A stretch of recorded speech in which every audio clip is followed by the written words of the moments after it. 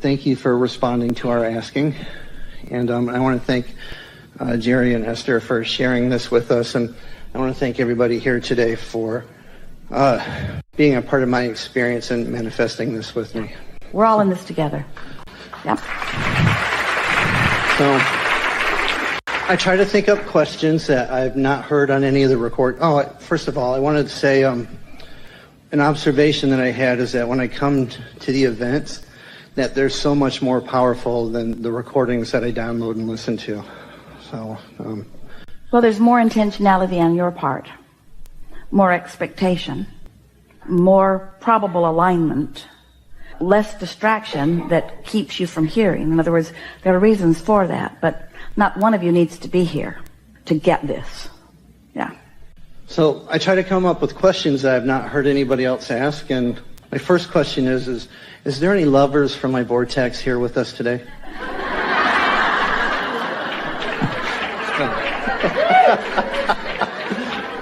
Four. Yes.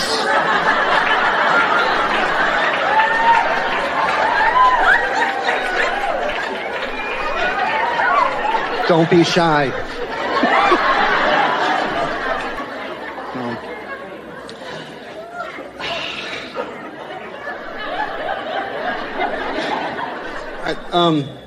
The other day I was listening to a recording of one of our past conversations, and it wasn't exactly the way that I remembered it.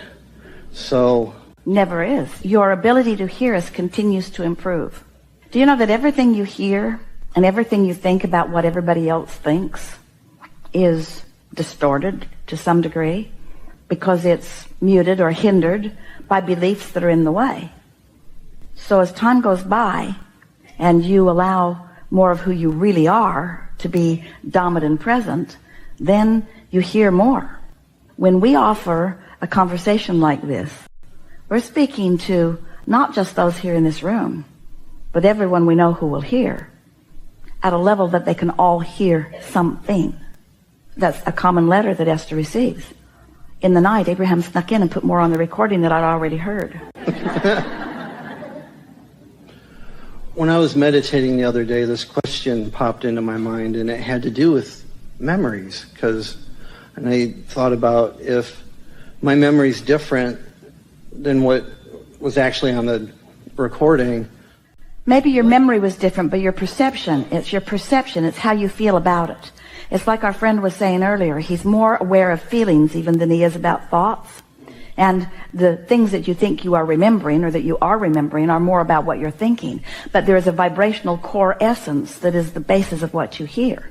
So when someone says, I have some questions for you, Abraham, and they are unrelated to each other, we want to say, no, they're not. Because your questions can't be unrelated to each other because they are all or both coming directly from you, and your perception is what it is, and all of your questions are colored by your perception. Well, the thing that came to my mind was in a previous conversation and with conversations you had with other people, you said that your brain is not a storage cabinet. It isn't. For memories. It isn't. It's a transmitting and receiving mechanism. And depending upon what thoughts you've chosen and what vibrational frequency you have isolated and practiced, then you adjust your receiver to thoughts or vibrations that are like that. And then you hear different programming. You hear different things, which is the answer to what you just said to us. So memories are just thoughts, but how do they serve me? Because I have a tendency to look back.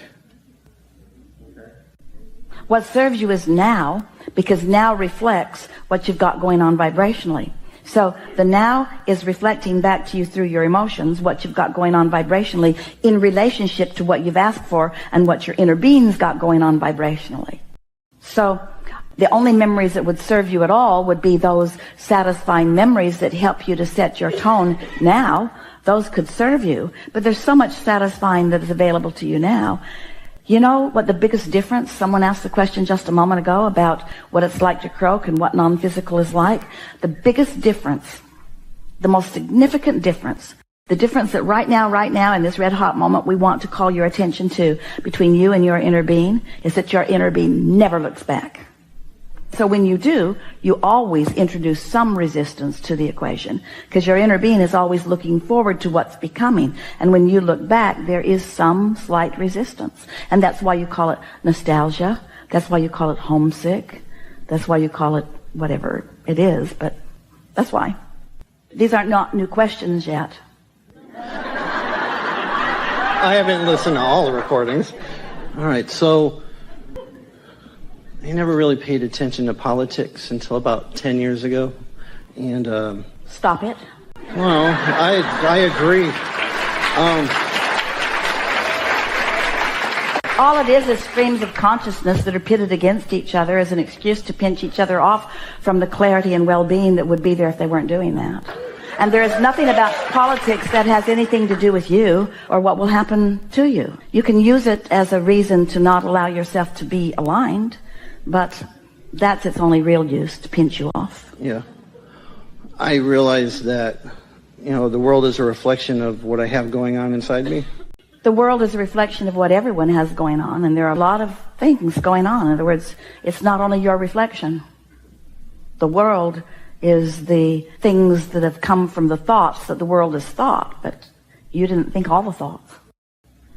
Well, the thing that caught my attention is I've been observing people in how they pay attention to politics and politicians, and it seems to me that a lot of people they'll go by what the politician says, but totally disregard what the politician does, which is often completely different. When you ask about the value of politics, let's focus there just for a moment.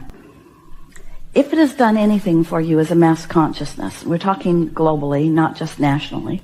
If it has done anything for you as a mass consciousness, it must surely help you to know this one powerful thing.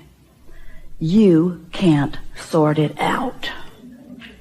You can't even begin to know what is really going on. Esther's phrase is, the words don't match the music, the lyrics don't match the music, which is sort of a little bit what you're talking about. But, talk about a rat's nest of vibrations that just has the potential of holding you apart from everything that you've been asking for. And what's so interesting, this is another thing that it'll do for you. Oh, we want you to hear this. People think that they can think their way out of things. But all they do is think their way deeper and deeper into things. You got to feel your way out. And so, there's a lot of rabbit holes that a lot of people are going down. The rabbit holes just get deeper and deeper and deeper and deeper and deeper and deeper. And they keep thinking they're going to find satisfaction in there, but they don't. The thing that it occurred to me was that I'd look at them and I'd say, their thoughts and their words and their actions don't are match none of up. my business. Well, that's the thing that you should say. They're not any of my business, because you're assuming that they're thinking and they're acting in order to get your approval. That's what you'd like, but that's not working out well for you. So what you're saying is, there are those that think this and there are those that think that, and I want to choose those that think that. Okay, got my party picked. I've picked my affiliation, but now they were saying these things which I resonated with, but now they're not doing those things. So you've found yet another reason to feel dissatisfied, because you're looking for love on all the wrong places. You're looking for satisfaction in all the wrong places. Are you following us at all? Oh, absolutely. I'm in agreement with you. But the thing that it also pointed out to me is that I feel like my thoughts, my words, and my actions don't all line up. And I wonder if that's the reason why I don't manifest things the way that I wish that I would. For sure. It's true of everyone. But you see, can you let your thoughts be an evolving thing? And can you let what you believed at one time, which served you, be something that you don't believe at this time? In other words, can you be the evolving being that you are? Can life experience give you new asking? Yes. Yeah. I like how you talk about satisfaction a lot. I don't always feel that way, and I'd really like to. You don't usually feel that way. And most people don't. We're not singling you out. Most people do not usually feel satisfied. I'm always trying to figure out how to fix what's wrong. It's just not working. But those step one moments help. In other words, looking for a solution, trying to solve a problem, that's a wonderful thing. That's step one. Just don't make a lifetime career out of that. Seems like all I got going. What happens with so many, let's talk just for a moment, and let's not go too much further into politics, just because it's sort of... It was just an example. Well, we're going to follow your example down the rabbit hole just a little bit. We just want to say this to you. Let's say that you are listening to someone who is speaking something that resonates with you. And let's say that that particular person has a particular platform and a particular affiliation that maybe you also resonate with. And then let's say that there is another who is speaking differently than that. And so you begin to do, or you continue to do, what most people do about things that were thoughts that have turned to things. In other words, most humans are really interested in sorting out the manifestations. And so they want to call things Republican or Democrat, or they want to call them prosperous or not prosperous. They want to call them right or wrong. They want to put them in those camps so that they can support them and defend them or rail against them and resist them. In other words, it's a sort of natural function of your sifting and sorting process. But what we would like to call your attention to is that really in all of this gathering together in groups, no matter what labels you give it, whether it's a political label or a religious label or any other kind of label, there are so many labels and groups and ways that humans want to pigeonhole and catalog things. We would like you to consider just for a little while that there are really only two groups. There are really only two affiliations, alignment or not. And almost everyone in the political world is in the not alignment part. And so as you join any part of any of that and you try to find satisfaction in that, it's unlikely that you will find much satisfaction in what already exists, because these groups that you are wanting their words to match their music, so to speak, it's not where satisfaction is supposed to come to you. So let something that you see from wherever you see it help you give birth to something else that you want, and then you line up with that. There's plenty of subjects where you can find plenty that you want. And that's really what evolution of your planet is all about. It's what evolution of the universe is all about. But just decide that you're going to join as much as you can the group that is satisfied, which means you're going to join the group that is under the influence of who you really are and what you really want.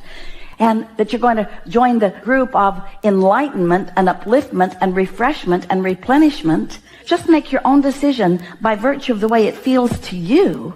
And after a little while, you'll find benefit in all the groups.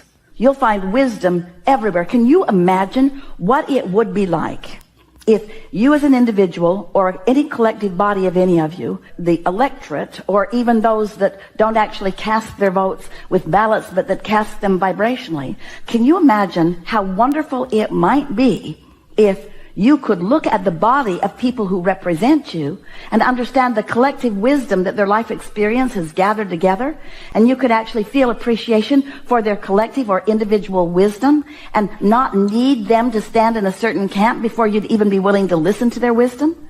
There's so much wisdom that is potentially there that people don't allow themselves to hear because they think they're standing in the wrong camp. When the only camp that we want you to be aware of is there's me in the camp of my full enlightenment or me in the camp of pinching myself off. And when you're pinched off, you don't like anybody. When you're pinched off, you can't see the value in anything. And when you're tuned in, tapped in, turned on, then you hear the value in this religion and that one. You hear the true meaning of what that meant and what that meant. You hear the wisdom coming from that person and that person. You see it in the hallways of the hotel where you are. You hear the wisdom from the cab driver when you're moving around New York City. In other words, it's all around you. There are all kinds of people with all kinds of wisdom that your inner being is queuing you up to rendezvous with. And if you just get over needing people to agree with you in order for you to feel good, and instead you decide you're going to feel good, then you find agreement with all kinds of people.